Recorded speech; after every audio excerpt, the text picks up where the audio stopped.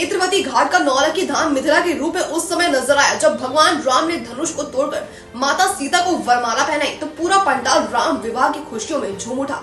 अयोध्या वासी के रूप में यज्ञ में बैठे यजमान और साधु संत राम जी की बारात की शोभा बढ़ा रहे थे। गंजबासोदा में वेत्रवती घाट का नौलखी धाम मिथिला के रूप में उस समय नजर आया जब भगवान राम ने धनुष को तोड़कर माता सीता को वरमाला पहनाई तो पूरा पंडाल राम विवाह की खुशियों में झूम उठा। अयोध्या वासी के रूप में यज्ञ में बैठे यजमान और साधु संत राम जी की बारात की शोभा बढ़ा रहे थे। बग्घियों पर सवार दूल्हा बने राम जी की ये तीनों भाइयों के साथ बारात गाजे बाजे डीजे के साथ कथा स्थल पर पहुंची जहाँ विवाह सम्पन्न हुआ। नौलखी पर 20 अप्रैल तक चलने वाले 10 दिवसीय धार्मिक आयोजन में भगवान जगन्नाथ स्वामी, भगवान सीताराम दरबार सहित अन्य देव प्रतिमाओं की विराट प्राण प्रतिष्ठा महोत्सव में पहली बार आयोजित हो रही है। वाल्मीकि रामायण कथा में राम विवाह का प्रसंग इतनी धूमधाम से मनाया गया कि भक्ति भाव से विभोर श्रद्धालुओं को अयोध्या और मथुरा की छवि दिखाई दी। दूल्हे के रूप में बग्घियों पर बैठे सज धज कर राम, लक्ष्मण, भरत और शत्रुघ्न जी की बारात नौलखी के नवनिर्मित आश्रम से कथा स्थल तक पहुंची। बारात में साधु संत, यज्ञ के यजमानों के अलावा अन्य धर्मालु श्रद्धालुओं ने ऐसे आनंदित नजर आए जैसे बारात नौलखी से नहीं अयोध्या से चलकर मिथिला जा रही है। कथा में पूर्व सांसद एवं लोकसभा प्रत्याशी प्रताप भानु शर्मा ने भी प्राण प्रतिष्ठा महोत्सव में शामिल होकर कथा व्यास एवं श्री महंत महाराज का सम्मान किया। कथा पंडाल में बारात के पहुंचने पर कथा व्यास रत्नेश महाराज ने चारों भाइयों का फूल मालाओं से स्वागत किया। वहीं बारात में शामिल साधु संतों एवं दूल्हा बने राम जी सहित तीनों भाइयों का महंत राम मनोहर दास महाराज ने हार फूल मालाओं से स्वागत किया। इस मौके पर राम जी के विवाह गीत में साधु संत और यजमान बने बाराती बनकर जमकर नाचे। राम विवाह प्रसंग पर बोलते हुए कथा व्यास रत्नेश महाराज ने कहा कि रघुकुल के विवाह पद्धति सर्वश्रेष्ठ पद्धति है।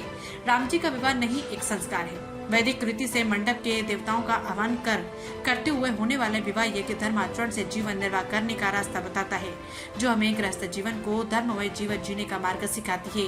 बेटा एक कुल को तारता है तो बेटियां 2 कुलों को। सीता ने अपने आचरण से मिथिला और अयोध्या का नाम रोशन कर संसार को एक दिशा दी है।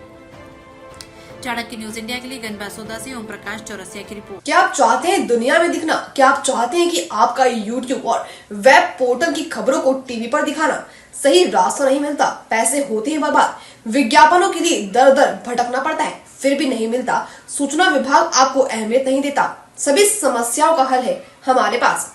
Chanakya media network private limited लेकर आया है सभी यूट्यूबर और वेब पोर्टल के लिए सुनहरा मौका।